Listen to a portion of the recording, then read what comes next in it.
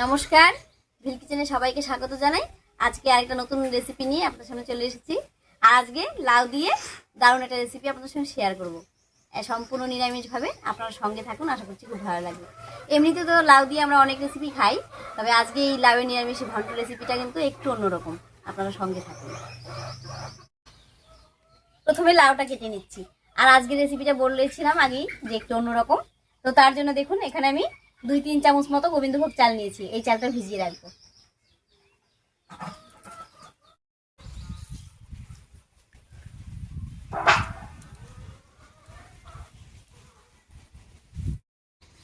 এবারে লাউটা কেটে নিচ্ছি।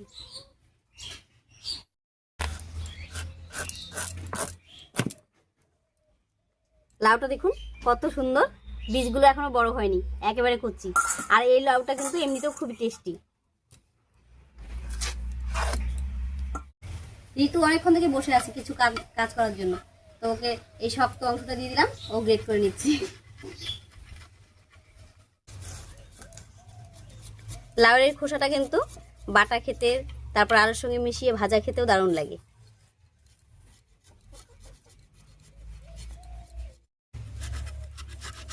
এই তো ঋতু কাজ শিখে গেছে। অর্ধেকটা লাউ ছুঁড়ে নিয়েছি আর অর্ধেকটা রেখে দিয়েছি। এই অর্ধেকটা দিয়ে আমার রান্নাটা হয়ে যাবে। তবে আজকে লাউটা কিন্তু খুব কুচি করবো না, একটু বড় বড় করে কাটবো।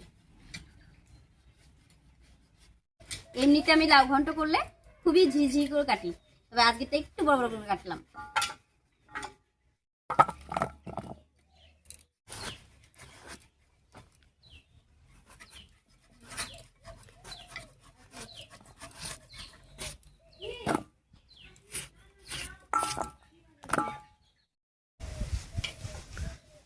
লাউটা কেটে নিলাম।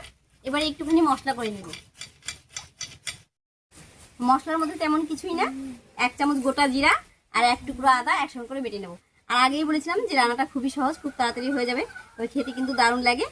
যারা এরকম গোবিন্দভোগ চাল দিয়ে লাউ ঘন্ট খেয়েছেন তারা তো জানেনই, আর যারা খাননি তারা একবার হলেও আমার রেসিপিটা দেখে করবেন, দেখবেন দারুণ লাগে।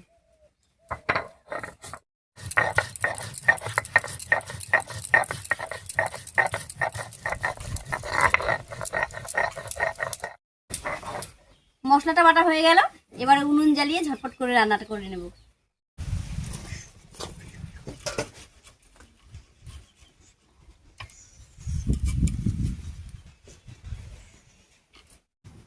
উনুন জ্বালিয়ে কড়াই বসিয়ে দিয়েছি। এবারে কড়াইয়ে সর্ষের তেল দেব।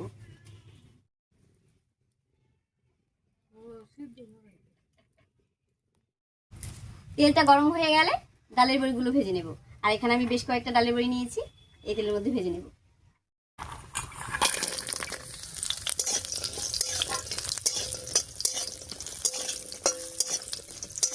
ডালের বড়িগুলো নাড়িয়ে চাড়িয়ে বেশ লাল লাল করে ভেজে নিয়েছি। এবারে নামিয়ে নিচ্ছি।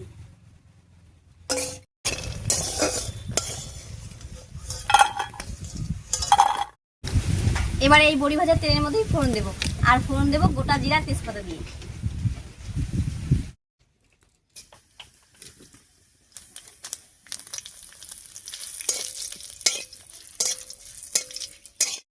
ফোড়নটা ভাজা হয়ে গেছে। এবার এর উপরে আদা আর জিরা বাটাটা দেবো, আর দেবো চেরা কাঁচা লঙ্কা।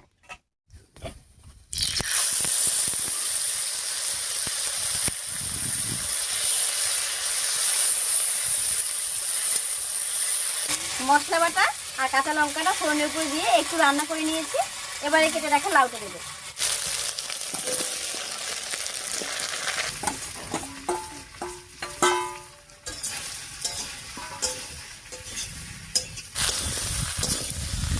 লাউটা দিয়ে সবকিছুর সঙ্গে খুব ভালো করে মিশিয়ে নিয়েছি। এবারে এর উপরে স্বাদ মতো লবণ আর হলুদ দিয়ে দিচ্ছি লবণ, আর দিয়ে দিচ্ছি পরিমাণ মতো হলুদ। সম্পূর্ণ লাউয়ের রান্নাটা আমি কাঁচা লঙ্কায় করছি, তবে আপনারা চাইলে একটু শুকনো লঙ্কার গুঁড়ো কিন্তু দিতেও পারেন, তবে লাউয়ের রান্না কিন্তু কাঁচা লঙ্কা দিয়ে বেশি স্বাদ হয়।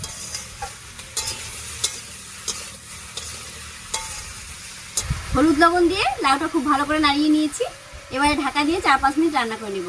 আর এতে করে লাউয়ের মধ্যে অনেকটা জল উঠে যাবে, আর সেই জলেই কিন্তু লাউটা রান্না হয়ে যাবে।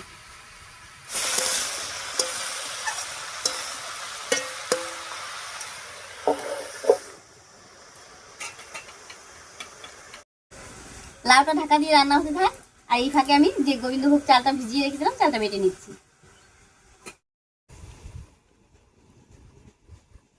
গোবিন্দভোগ চালটা ভিজিয়ে রেখেছিলাম, এবারে বেটে নিচ্ছি।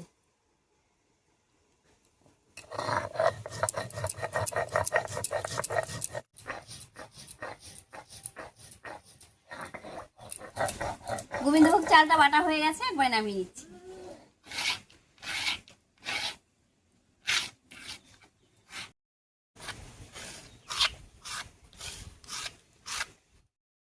চালটা বাটতে বাটতে ঢাকা দিয়ে লাউটা বেশ কিছুক্ষণ রান্না হয়ে গেছে, এবার ঢাকাটা তুলে নিচ্ছি।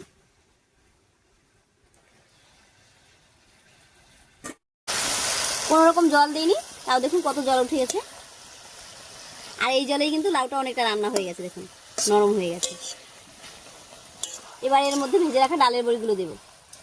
তবে আপনারা যদি মুচমুচে ডালের বড়ি খেতে পছন্দ করেন, ডালের বড়িটা শেষে হাত দিয়ে ভেঙে দেবেন।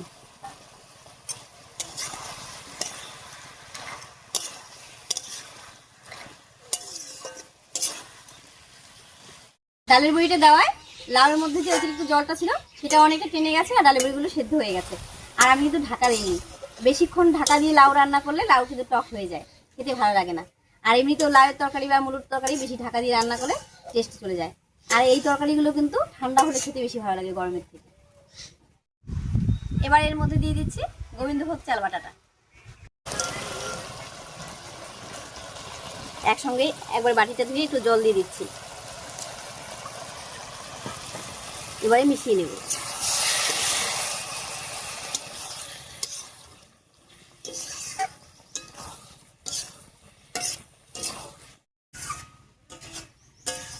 গোবিন্দভোগ চাল বাটাটা দিয়ে 2-3 মিনিট রান্না করে নিয়েছি, আর রান্নাটা দেখতেই পাচ্ছেন কত সুন্দর হয়েছে, একেবারে মাখা মাখা। এবারে এর মধ্যে 1 চামচ ঘি আর 1 চামচ চিনি দেবো। এমনিতেই নিরামিষ রান্না একটু মিষ্টি মিষ্টি হলে খেতে ভালো লাগে, শেষে একটু ঘি আর চিনি দিয়ে দিচ্ছি। দিয়ে দিচ্ছি চিনি, আর দেবো 1 চামচ ঘি।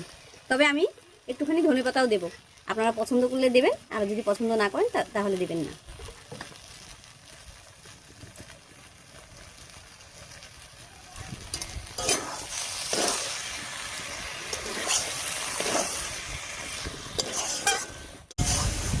নিরামিষ লাউ ঘন্ট একদম রেডি হয়ে গেছে, এবার নামিয়ে নিচ্ছি।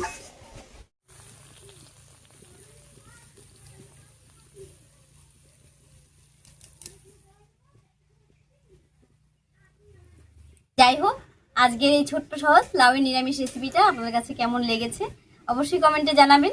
যদি ভালো লাগে একটা লাইক করে দেবেন এবং চ্যানেলটিকে সাবস্ক্রাইব করে এভাবেই আমাদের পাশে থাকবেন। আজ এ পর্যন্তই, আবার দেখা হচ্ছে নতুন কোনো রেসিপি নিয়ে।